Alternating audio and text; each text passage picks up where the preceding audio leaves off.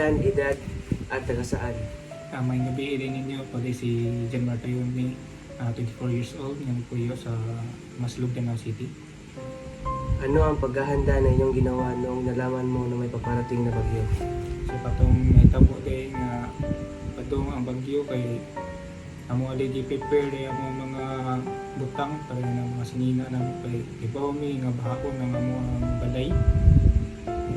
Salamat sa mi nga wala siya naitabo sa mga. Noong nananalasa ang bagyong Tino, ano ang pangyayari na iyong naranasan? Grabe kitong uwan o kitong bagyo. May gani kay sugking hangin. Wala siya naitabo sa mga. Ang pulba sa kayo kay ito may nga amo ang balay bitaw ang ato kay luparon. Pulba kay siya. So,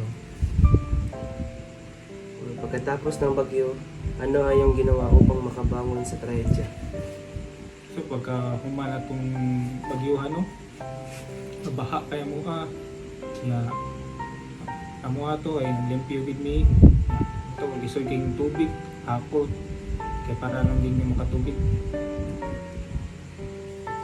Mayroon bang tulong na nabigay sa inyo ang gobyerno para sa iyong pagsisimula?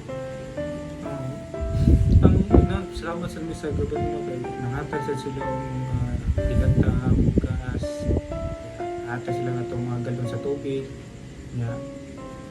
itong towel. So, nakusad may pasalamat na ito kay gamit kayo itong tubig sa itong bugas.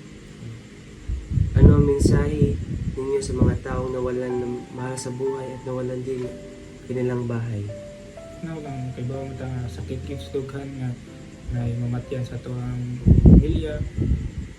Katong naguban o balay, padayon lang yun na paluwas ng trahedya.